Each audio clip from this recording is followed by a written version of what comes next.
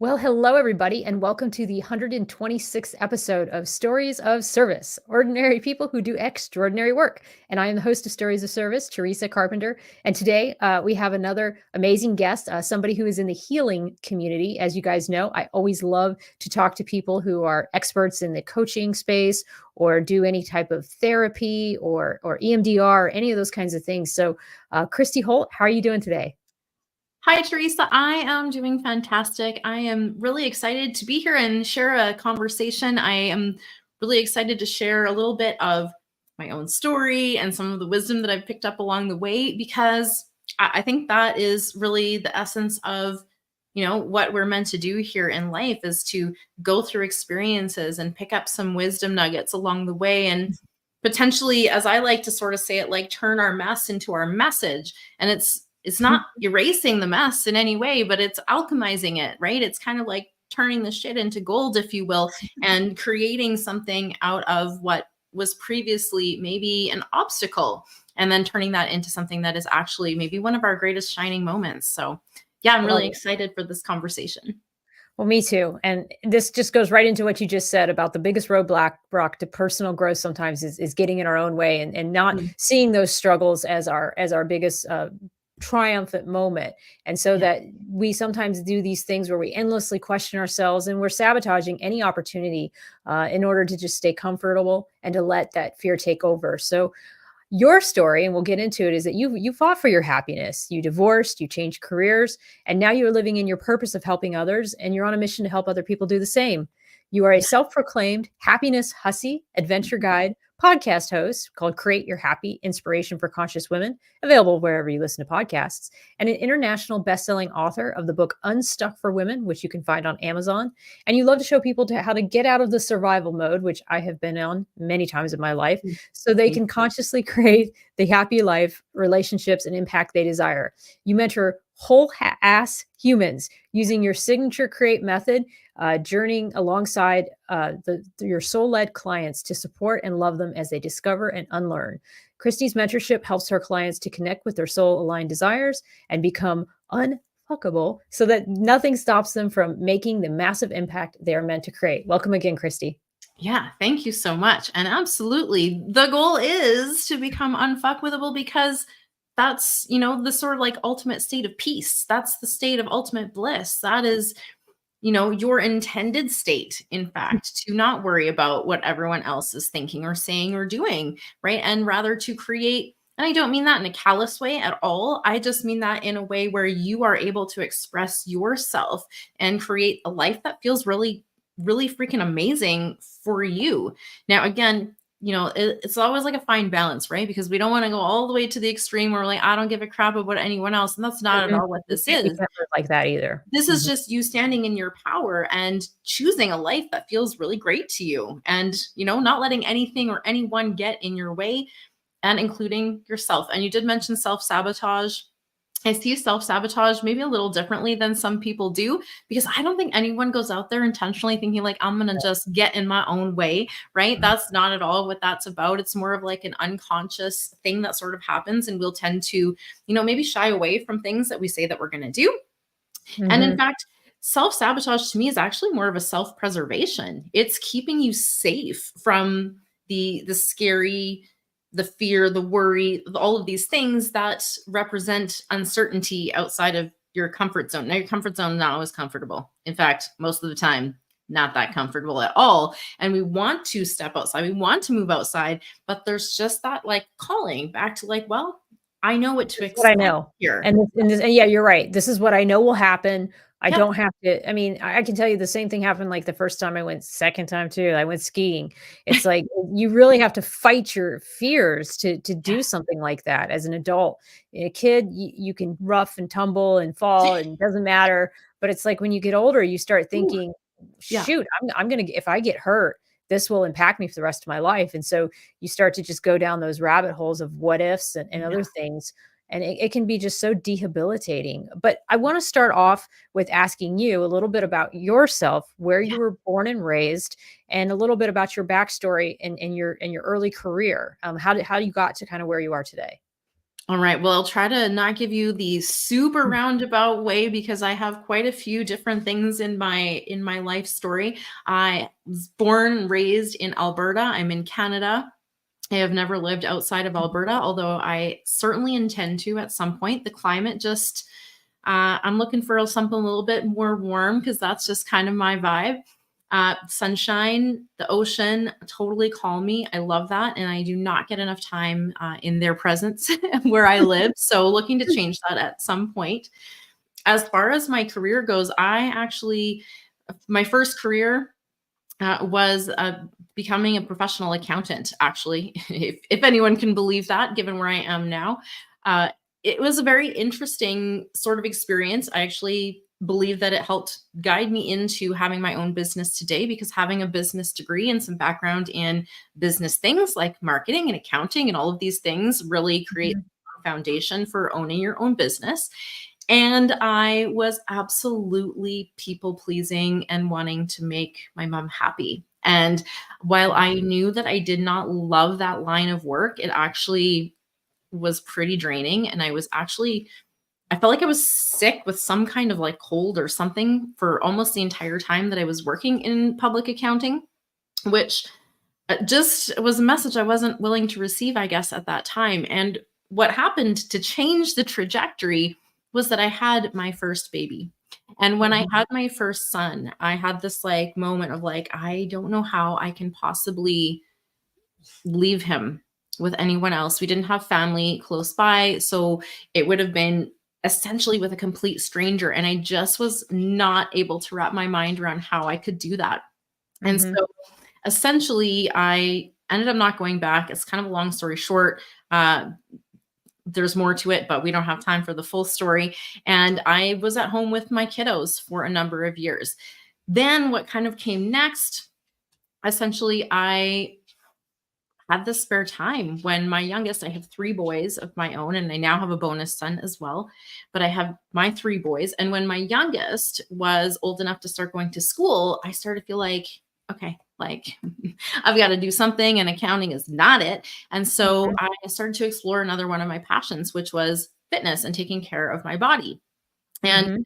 I'm actually telling a story, very interestingly enough, in a book that I am co-publishing that's coming out March 15th about my personal story. It's called Chasing Shadows, Finding Love. And it's my story as a lesson learned from long distance running, which essentially was me running away from my marriage, from the difficulties in my life.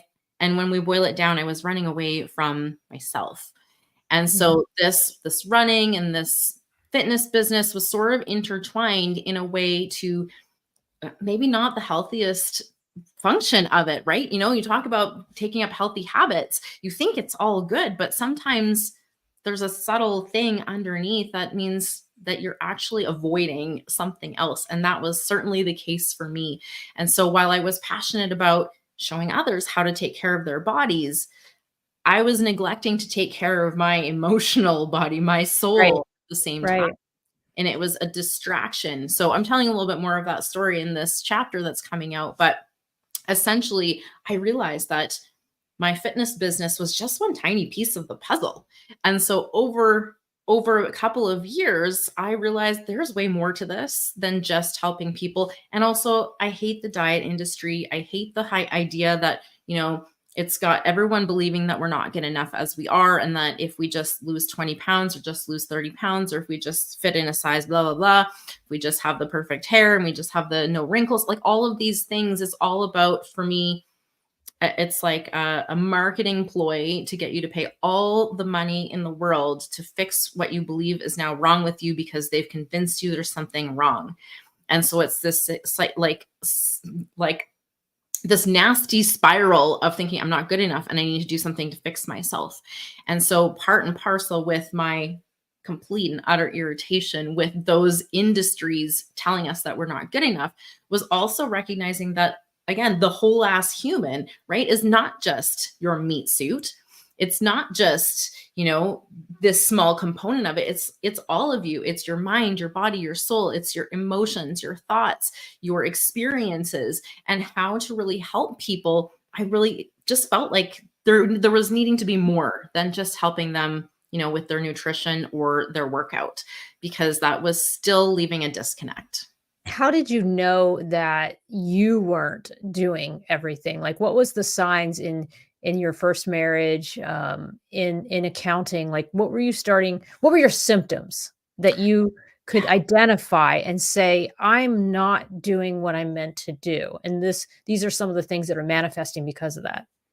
Yeah, I mean, definitely, like I mentioned already, being sick a lot. I was sick constantly. I was tired. I was so tired. I could barely drag my ass out of bed in the morning. It was just, I was exhausted. And when I'd come home from work, I just flat out like laying on the couch, didn't have energy for anything else. Beyond that, when my marriage was also struggling, I was dealing with some pretty serious anxiety and overwhelm. And I mean, to the point where when I woke up in the morning, my heart was racing before I even like laid feet on the floor.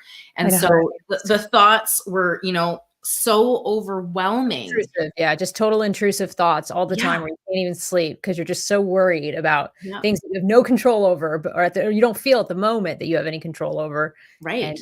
just your And then, survival, and then fight you're or maybe going down the road with the unhealthy habits, like maybe drinking too much wine, or maybe guilty. Also, maybe watching too much Netflix, also guilty. Maybe flight. shopping, also guilty. And then running for me, again, like it was an outlet in many ways to Mhm. move the energy, which on one hand was helpful. And on the other hand, I was avoiding my own emotions. I was avoiding my own discomfort. I was avoiding looking at the things that I was afraid if I actually looked at them, that they might just fall apart. And so, in many ways, it was both of those things. It was an outlet and it was an avoidant tactic. So, finding some balance in that really shifted things for me. It really helped me to recognize and start to actually accept all of myself and not run from the things that were challenging or uncomfortable, but rather restructure my life in a way that it truly felt like me, that it felt aligned. I was doing the things that I wanted to be doing with the people that I felt like I wanted to be doing them with. It meant me setting boundaries, which was not great at before that.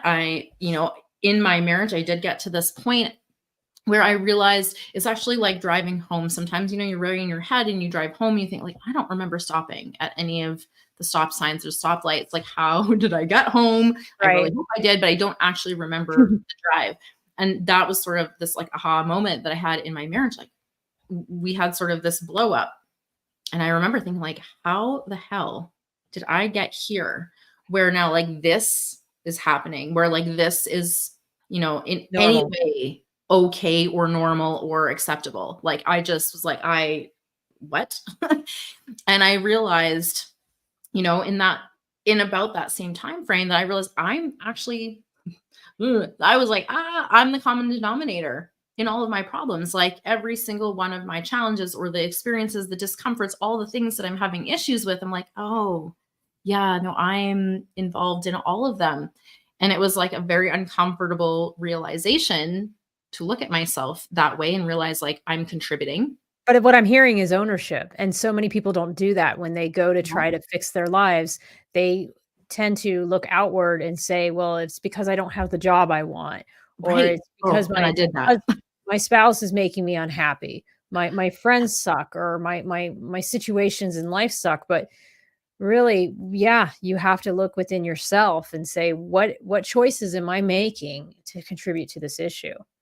Yeah, and that's so uncomfortable. Like, that is the It most sucks. uncomfortable thing Mhm. I think that I've ever actually done in this human experience, was to look at myself in that way and really recognize that I am, people talk about like, you create your own reality. And yes, you do in many ways. And there are other things, contributing factors external to yourself, that you can't control. So it's this sort of fine balance between taking what I call radical responsibility for yourself, not taking responsibility for all of the shit out there that you can't Can't control. control, right. Can't Mhm. control other people. You can not often you can control other circumstances. I mean, you can control your response, and that is where your power lies. So after I got through this sort of like poor me moment, after, honestly, exactly like you touched on, like years of being like, oh my gosh, like I just will he not change? And like everything's kind of shitty and like it sucks and I don't like it. And I'd be venting to my friends.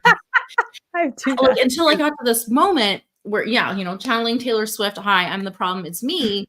And I also realized I'm also the solution. Like, in that same sort of moment, it was like, "Okay, I'm the problem, but I'm also the solution because I'm in all of these things." And so I started to work on my mindset So and how really did you do just, that? Did you you know, see a coach? Did you go to therapy? What did you do? I did all the things, Teresa, of course, because Mhm. I am sort of an all-in kind of gal.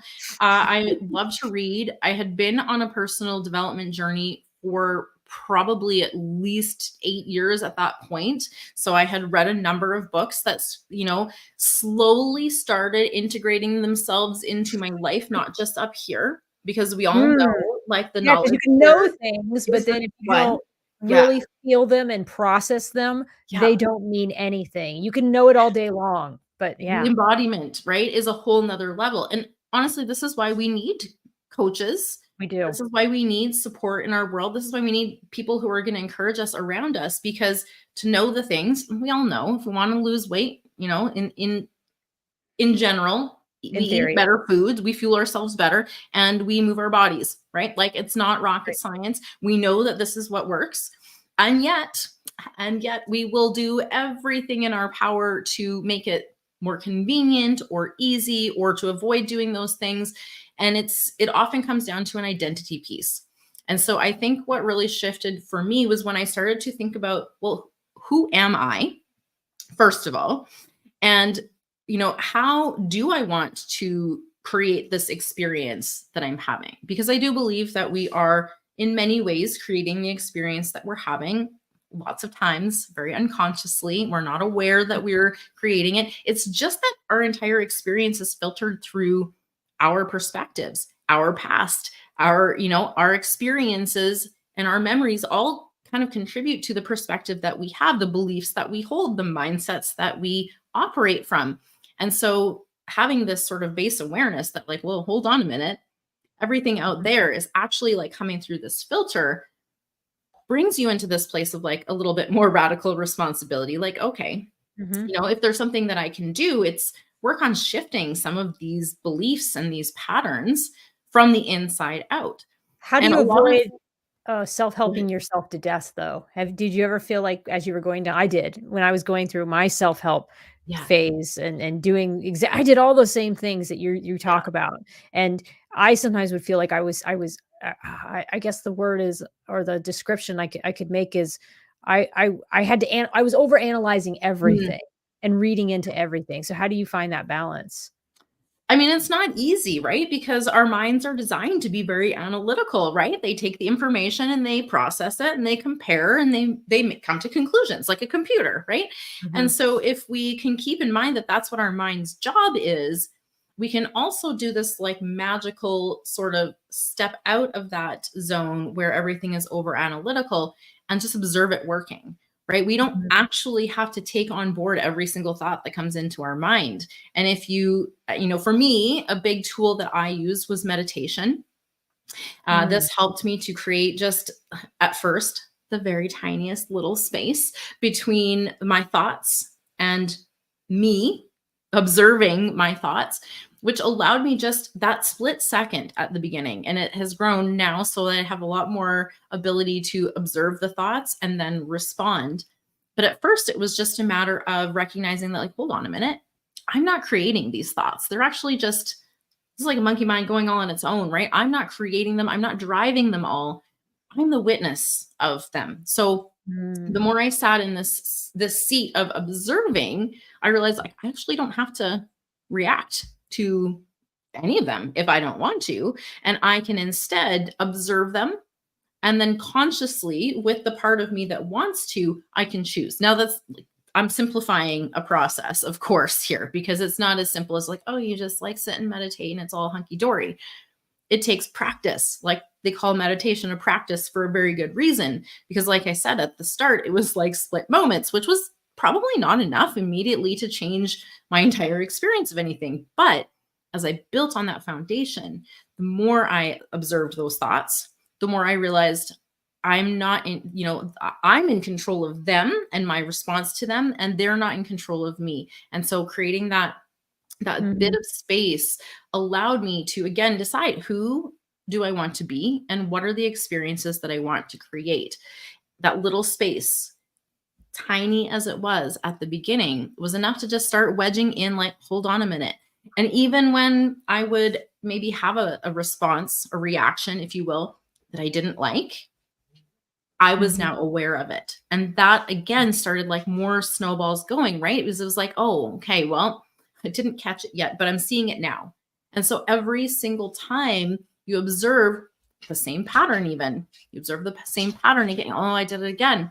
You're not the same because now you're in this new level of awareness, which means So you're true. seeing things from a different perspective. Mhm. And so while you may not even think that there's much changing, it is because you're just aware on a different level. You're able to create a little bit more space every time that you practice this. And of course, the best time to practice is not while you're in the middle of, a conflict or a problem. The best time to practice is when you're actually calm, right? So that Mhm. you can be more intentional with what you're creating. And so, a big thing that shifted things for me was the meditation, and I share about this actually in my book, Unstuck. There's a number of tools that you can use. Honestly, what we need to do to move out of that sort of reactive mode is calm our nervous system for long enough to bring our critical thinking back online. Because when we're in fight, flight, freeze, fawn, we're Yep. not we're not firing on all cylinders, okay? We're on like power save mode. It's just survival that is coming through. Yeah. So all of that like critical thinking, like there are all of these options, they just poof, they disappear. And we just think like there is no choice. I have to just deal with this in this one way that I know how. I can identify with that so much. I do that. I just did it this past week with a situation that I'm working through. I just kept thinking worst case scenario, and none of the worst case scenarios turned out to be true. And Yeah. even as I was having these thoughts, I kept questioning myself, and I and consulted some trusted friends who know me really well, and we questioned the thoughts together. But it was really hard because I think that I'm hardwired to just go back to that like monkey brain place Yeah. of, oh, this system's going to screw me over, oh, this is going to do this, because that's just what I'm comfortable with assuming. And Yeah. and I have to consciously think to get out of that mindset, and I did. Actually, I was able Yeah. to kind of go back and review what had happened in the scenario and really understand that, like you said, I was just aware of the fact that I was having these thoughts. I was aware that I was letting my tendency for being paranoid Yeah. get to me, and I was able to just kind of step back, and then the thing that I was even worried about was a non-issue to begin with. So, Yeah. um, As it it so often is, right? But knowing to expect that, you are coming in with a completely different awareness, right? If Mhm, we are completely oblivious to that's the way that our brain works, it mhm. just seems like everything's kind of, is chaos all around us Doom all and the gloom all time, the time. And right? no, and I went into this knowing that I was probably being paranoid, and I went into it looking at it pretty objectively, but then still making my lack of trust, to be Yeah. honest, to get me into a place that wasn't as healthy. And then again, I'm like you, I have a lot of supportive friends that I can talk to who Yeah. can sort of guide me down this path and say, "No, it might not be what you think." And so, Yeah. it's just an amazing feeling to be able to do that, and I do credit, like you, for me, it wasn't meditation, it was my EMDR that Yeah. really helped me, because it allowed me, space to critically look at things in an unemotional state, even Mhm. things that were really painful from my past, and by doing that, I really walked away, not, I wouldn't say healed, but processed. I'd walked Yeah. through those things and realized that those things were, especially as a very young child, were not my fault. Yeah. And being able to understand that and have that realization that there was nothing wrong with me, was, God, it was a life changer for me. Yeah. And I really think that, this concept of healing, even to me, it's not about fixing what's broken or putting back together broken pieces because I don't believe as a human that you're broken or that there's really anything wrong with you. In fact, it's more of an unlearning, a stripping away, a remembrance, a return to remembrance of your innate wholeness. And yes, we're perfectly imperfect is the paradox of the whole thing. There is nothing wrong or broken. You don't need to, go on this endless quest of healing and fixing yourself and improving yourself. And in fact, that just keeps you stuck in the loop Well, they just keep as going on much. the rabbit hole, and that's what, like, diet culture or plastic surgery, and not to say there's anything wrong with people who do those Yeah, things, I'm just saying that, um, that's what a lot of those industries, they feed on, is this idea that absolutely. you're never enough and that you've gotta keep running towards something to fix you. Yeah. Yeah, and the solution is to step off the hamster wheel, right? Because it was never going to get you that end solution that you truly want anyways. The truth is stepping into being wholly yourself, Mhm. embracing your flaws or your perceived imperfections. Like, yeah, someone might have said that that was some, or gave you the impression that there was something wrong with you. It's not the truth. Not everything that you've ever heard is the truth. The truth is you are whole, that you are magnificent. Like, let's just be really freaking honest here. You are a freaking miracle. Like, I don't even know what the odds are. It's like one in like a bazillion, something like that. I don't know exactly what the odds are that you came to existence. Like, you are a freaking miracle. Like, no matter which way you slice it, the fact that I don't know if anybody else sits around and thinks about like the fact that we're on this planet, walking around, driving around, flying around, like doing all the stuff that we were doing is just mind blowing. And that allows me to have so much gratitude as well in my daily life, where I can just recognize like this heart is beating all by itself. It's a miracle. How did These you lungs, huh? It's like a miracle.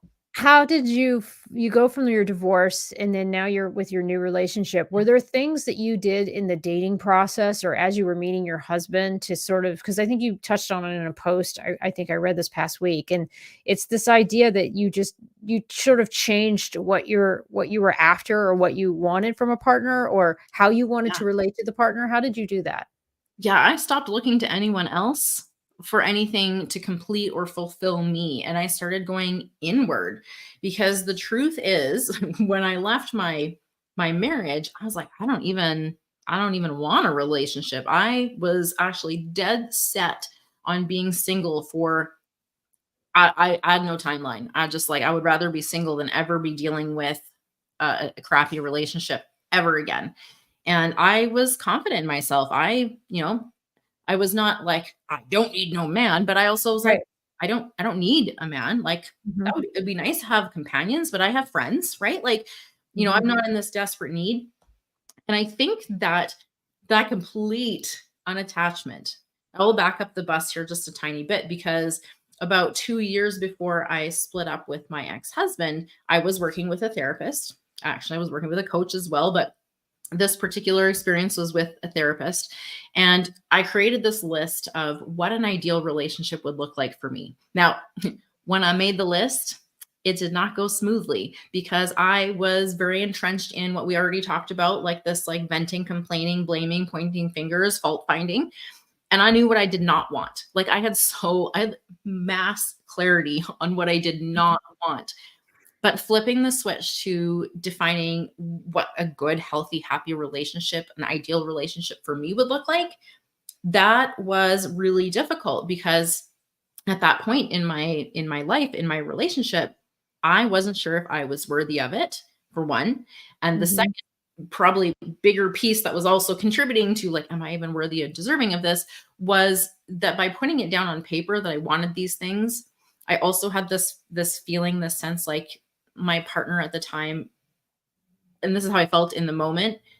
I didn't think he could be it. I didn't think he could Mm.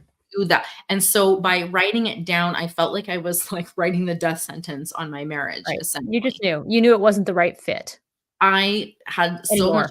clarity and ooh, to pull the trigger on that and like make that Oh, it's so decision painful. was the hardest decision I have ever made because I think I could stay forever to protect my kids. And that's kind of the trajectory I had been on. I was like, I will stay. I'm Right. happy to murder myself. I will do what I have to do to not break up this family until I realized that I was not actually protecting my children by doing that. And what I realized was that instead we were showing them very unhealthy relationship dynamics on a very regular basis. And I was also showing them people pleasing tendencies and how to be a martyr. And I was teaching them all kinds of lessons that I was like, oh, okay, yeah, no, actually that's Mm, not it. That's not what I want to teach them. And so I had this sort of moment of realization, like I think I have to leave. And it was the hardest decision I've ever made because nobody wants to make that decision. I wrestled no, with the uncertainty for a really long time before realizing I have to choose me. And having this list and looking at the misalignment just right. made it so clear to me that I felt it wasn't going to work. And you know what? Who knows? Hindsight's 2020. But in that moment, I wasn't sure. I had hope, and I had hope for a long time. But I realized I was sort of living in the clouds. I had my mind set on the potentiality, and I was wholeheartedly running away from reality. So I was having this sort of disconnect, and I realized I just had to do something different. So I asked my ex-husband for some time apart. Well, that escalated very quickly into a divorce. He was having no thing with this. Just I I did the just same thing when I was leaving my ex-husband. I said for first, I just wanted a separation, yeah, and my ex-husband was like, "No, if we yeah. separate, we're gonna divorce." And That's and that and was looking back, that was I understood that. I did, because you can't just leave somebody up high and dry like that. Like, they have to know if it's yeah, you can't just put them off. It's so your story is so similar to mine, Christy. I mean, yeah, all the same reasons was why I left my ex-husband. I mean, it was one of those things where we just weren't going in the same direction anymore. It wasn't like he cheated on me. It wasn't this major thing. I mean, we didn't have any of these real blowout arguments, but we didn't connect as a team. And I yeah, knew that there were things I wanted to do and dreams I had. And I just didn't sense that he had that same desire to better himself in the yeah, way that I'm always kind of looking to improve myself, to challenge myself. And with my current husband now, he's the same way. In his yeah. own way, he's always challenging himself. I mean, my God, he didn't know a single soul in England, and he came all the way out here and made it work, found a volleyball meetup now that he runs, and he's making it happen Mhm. in a place where he's not altogether comfortable, but he did it for me. And it says a lot about him and about his character. So sometimes that's the best thing to do. Now, when you met your husband, what were some of the things, your current husband, what were some of the things that you can say were aligned with what you knew you are? Like, how did you know that he was Yeah. the right guy? Well, first of all, I had this very clear list, right, from what I was working on. Like, I could consult the Yeah, list and be yeah. like, yes, yes, yes, yes.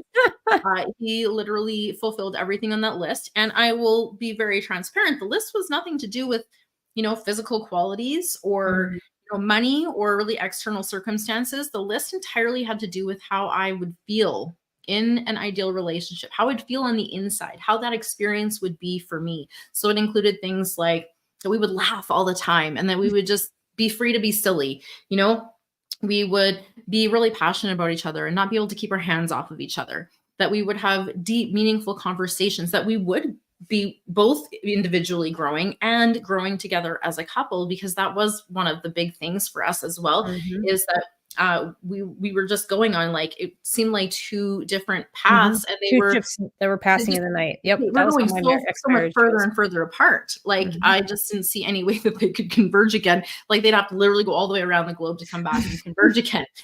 So just having, and the truth was, he was someone who accepted me for who I was. He never one single Yeah, time asked me to change. And yeah. because I My husband's like that too. went in with the perspective that I had, which is like, I don't, it's not like I don't need a man, but like, I don't need someone to complete me. I'm already whole. I have myself, and that's, enough. Everything else will be icing on the cake. I didn't expect him to change either. And that was sort of like a new experience for both of us, to find someone who was like, hey, I think you're pretty freaking cool just like you are. The way Like, you you don't have are. to change for me. And this happened very quickly, like literally, and I do tell this in that book that I just mentioned, but on Friday, the house that was taking forever and ever and ever to sell while I lived separated with my ex-husband, took like 5 months for us to sell our house, was torture. Sold the house on Friday and met my current partner on Sunday Hmm. while Wow. running a marathon. So that's really the story in the book. But anyways, I digress. And so I wasn't looking for a relationship. In fact, I told him very clearly, I don't want a commitment. Like, I need this space to just be by myself. I need space to process and move through this. Although I had really done a lot of the work on myself in the couple of years prior, honestly, prior to making that big decision to separate. And yeah, it was just like this. I felt like I was at home, That's how I felt when I met my husband. and it wasn't really like explicable. And at the same time, the first time that we held hands, I damn near melted into a puddle on the floor. So it was kind of like this feeling of home and like peace and safety, but also like this butterflies. And I actually recently recorded a podcast episode about this. I call it like the relationship paradox, because so many people think that you can't have this long-term commitment and keep the passion alive. But there's like some sort of like contradiction here between the Mm, safety and the passion. I think And so I too. beg to differ. And I also think there's, I mean, this is gonna probably sound controversial, but, at least in my marriage, I think there is power dynamics that come into play in a healthy in my healthy relationship anyway, where sometimes I like to just, like, think I've got one over on him or I've got the upper hand in something, which I rarely do, but sometimes I do. And then most of the time, he has a way of giving me shit about something or kinda keeping me in line, and it's just this fun little dynamic that I think we play on each other, and it keeps the marriage kind of spicy in a way because we're always kind of like trying to figure out like how to challenge one another, you know? Yeah. And I think it's important to be challenging one another. That's how we grow. We don't Right. grow from just sitting around and same old, same old. We grow from Mhm. having difficult conversations. We grow Mhm. from asking maybe the difficult, challenging questions. And I think one thing that stands out to me that has really helped us to stay on track, like we don't fight. And I can tell you the main reason why that is. And that is because at the very, very beginning, we both agreed to always just give one another the benefit of the doubt. So what this means is we're not ever making assumptions. We're not ever assuming, oh, they're being a jerk, or that was really like rude. Instead of like making that assumption, then obviously you know what kind of reaction comes from making those assumptions, right? Then we're like Mhm. in a mood, and then we manifest this whole problem. And instead of going there, we just assume like, hmm, okay.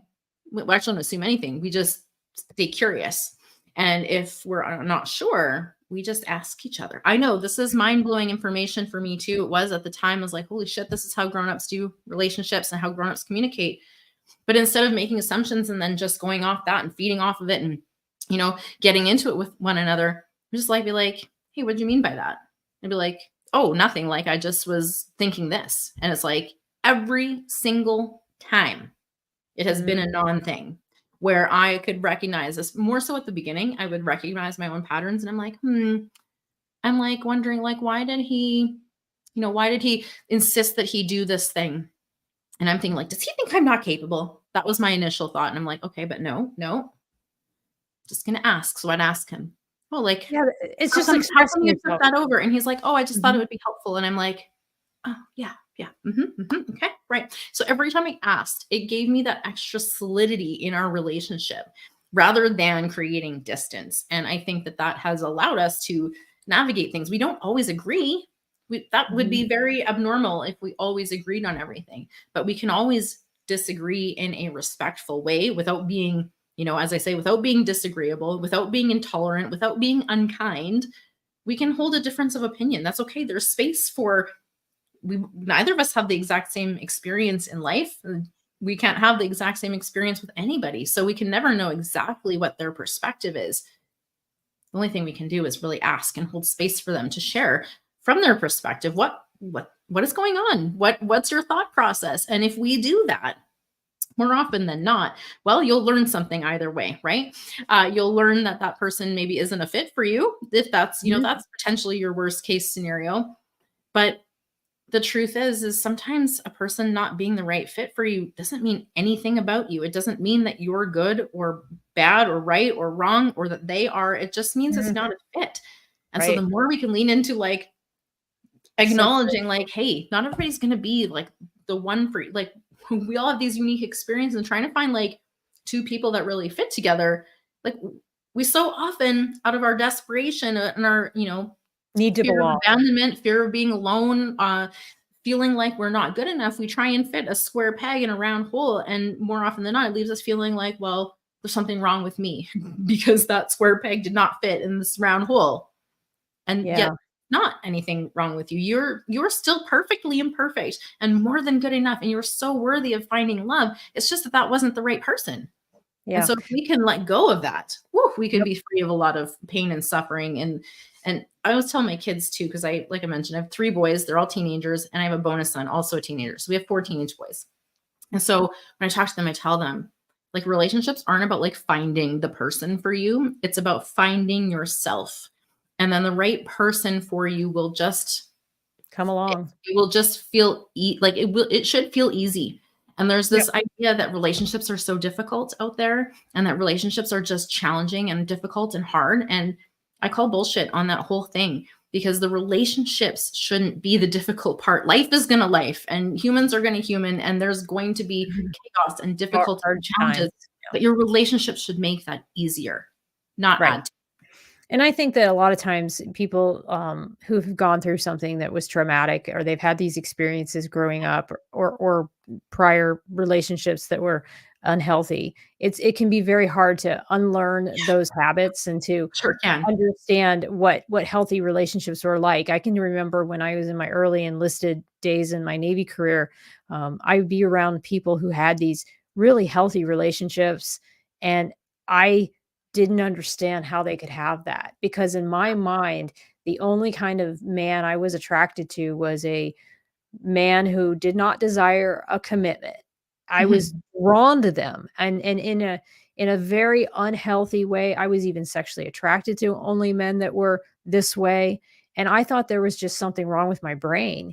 Well, it Yeah. turns out what I was doing is I was eliminating myself from any potential person that was healthy because I was just taking myself out of the running, Yeah. by only chasing so I was doing exactly this sabotaging behavior, not Yeah. really even understanding that I was doing it. And it wasn't until I got into the dating pool and I started waiting a good amount of time and dating a lot of people Yeah. that I started to realize that there were men who were the alpha male kind of man that I desired.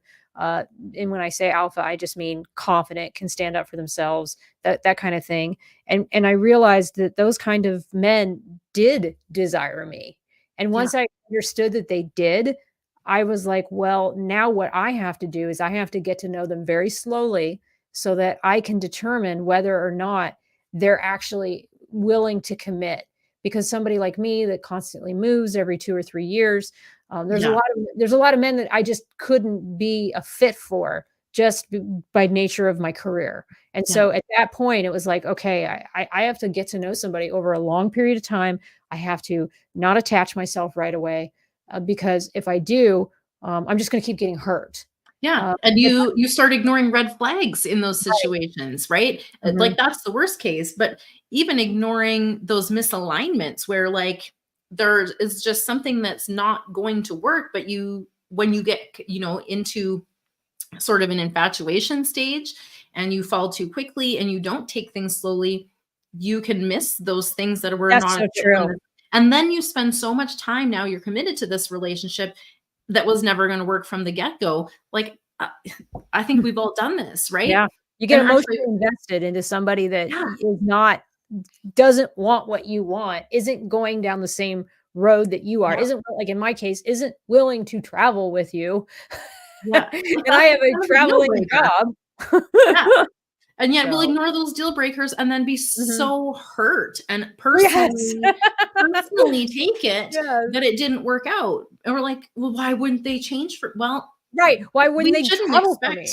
right? We Yeah. shouldn't expect people to change and rearrange their life. Yes, and I have a podcast episode about this too because it is you shouldn't expect someone to change for you. Mhm. That's not your expectation. Yeah. Yes, if it's a great fit, you're going to change together in the best Right. possible way and grow. But to Mhm. ever expect someone to change who they are or what they like to So true, do or Christy. how they're going to show up, like, for the love of God, please just trust people when they tell you and show you, Right.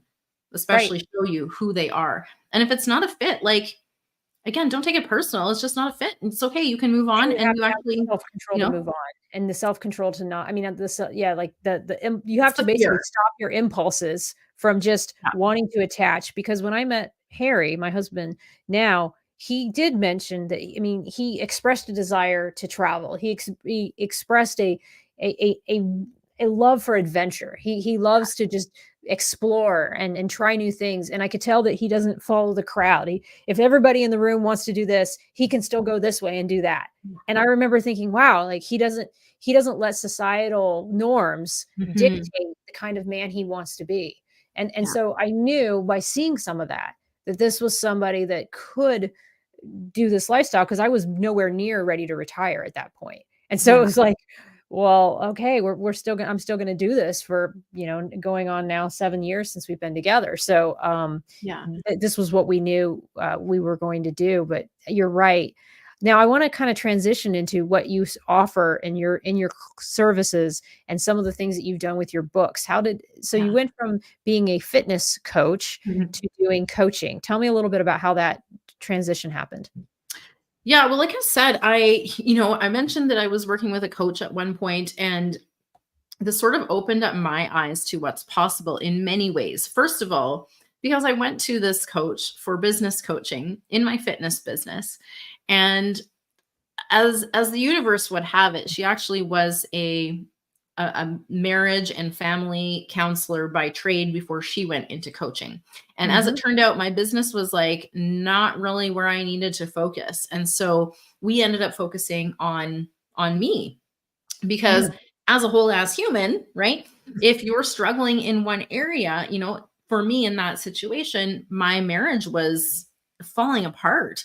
And so here I'm trying to build this business and my marriage is falling apart, and I couldn't focus on building the business, and I really needed support in navigating the complexities of my personal life before I could really lean into Yes, building the business. And makes sense. so, as I'm doing the fitness thing, the pandemic hit, everything sort of disappeared. I had been doing a ton of group fitness classes until the pandemic hit, which went poof overnight one Sunday evening.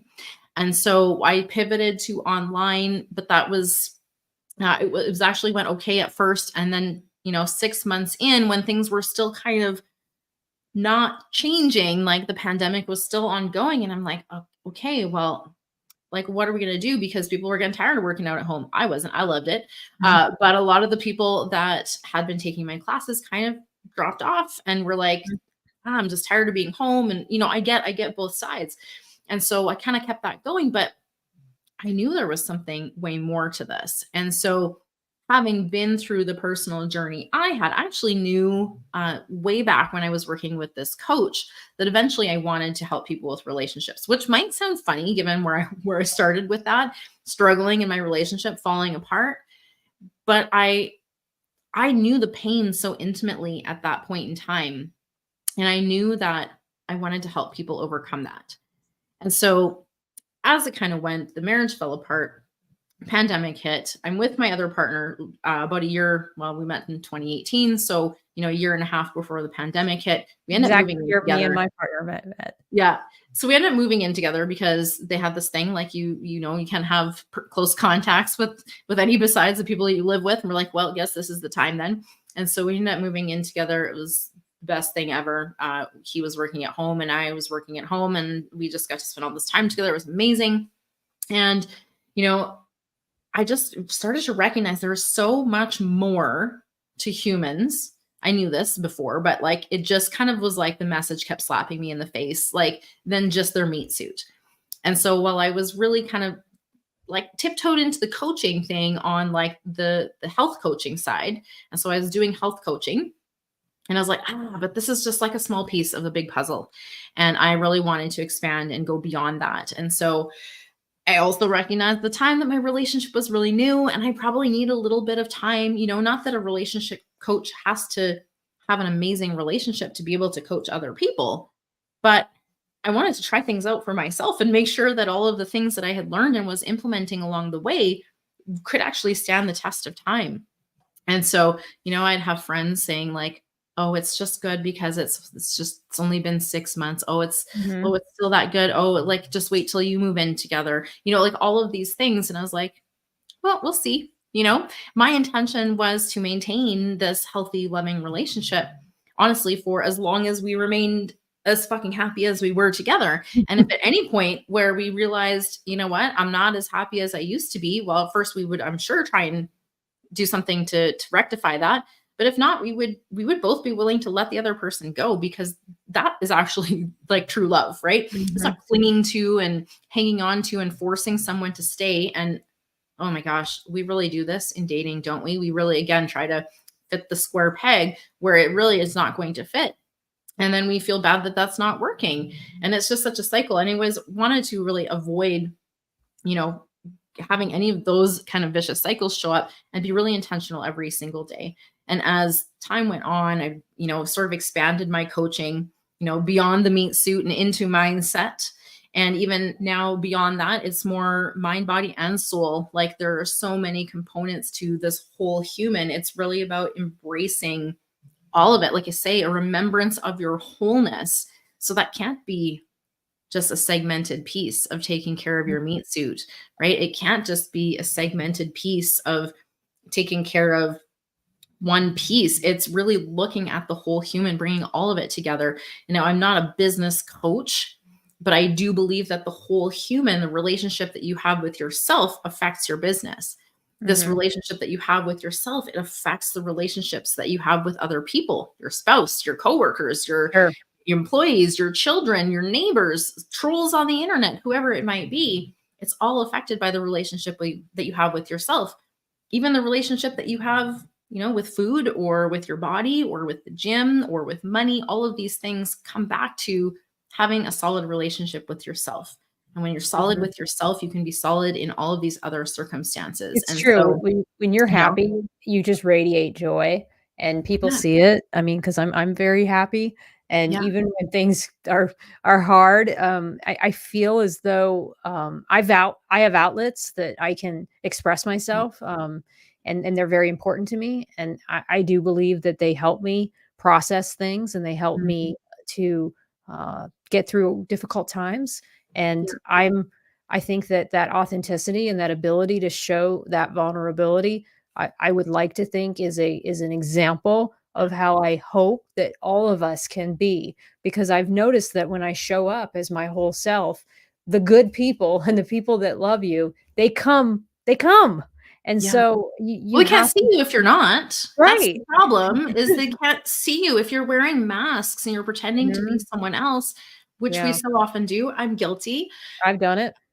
right? I think we all have, but the people who are truly for you, they can't recognize you unless you take Mhm. the masks off and you Right. show up as unapologetically, completely, fully, authentically yourself. Yeah. That's when your people can actually be like, "Oh, hey, that's Yeah. my person."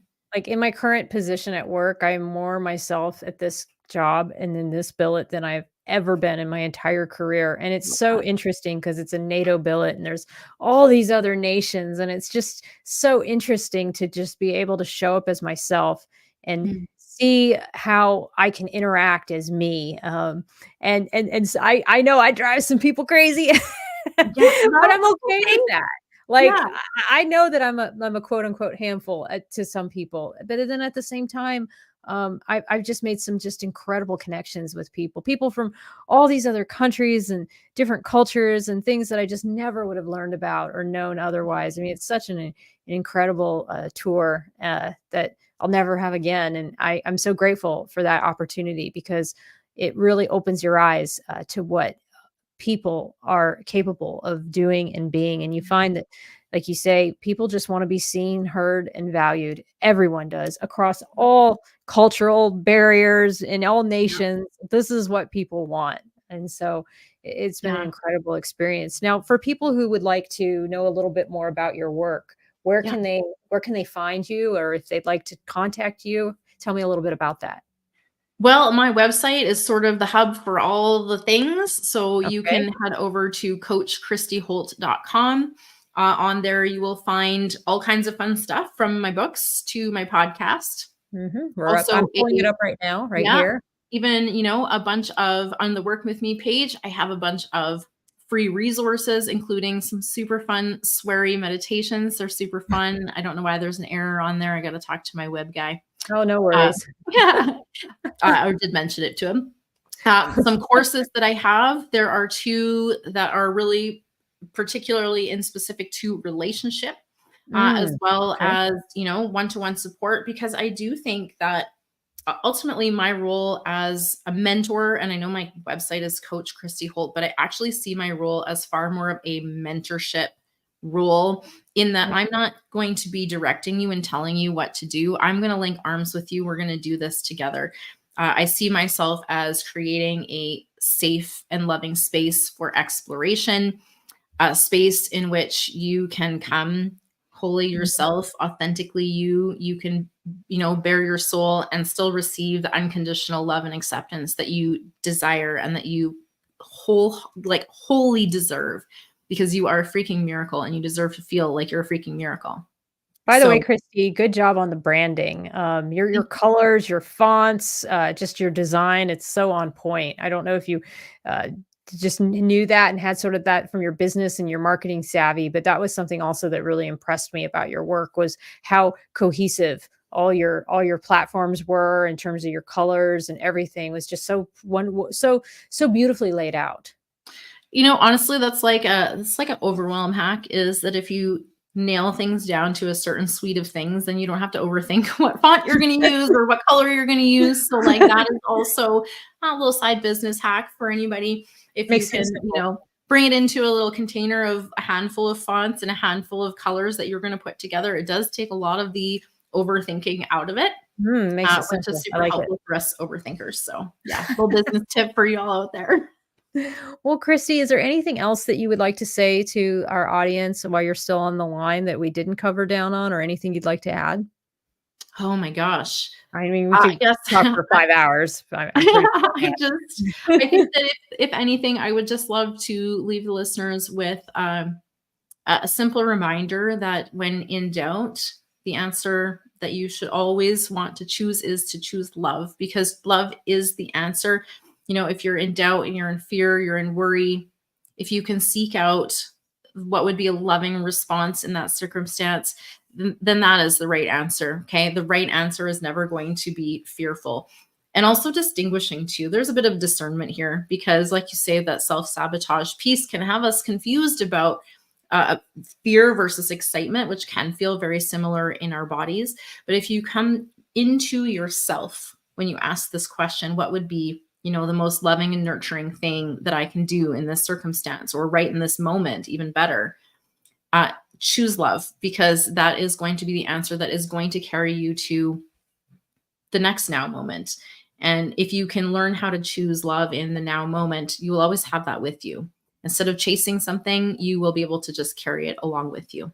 I love it. I love it. I just love talking to you. Thank you so Thank you much. so much. And I will meet you backstage as I go full screen here just for a moment. But thank you again. And I really appreciate you coming on the broadcast. Yeah, thank you so much for having me. I really appreciate this conversation. Me too. All right, guys. This week, I do have exercise dynamic manta. So that will be this weekend. But then next week, I will be back with another podcast. I hope you are enjoying your spring. It's a little rainy here in London, but that is to be expected around this time of year, a little cold. Hopefully, it starts to warm up a little bit. But I hope you take care of yourselves, take care of each other, and bye bye now.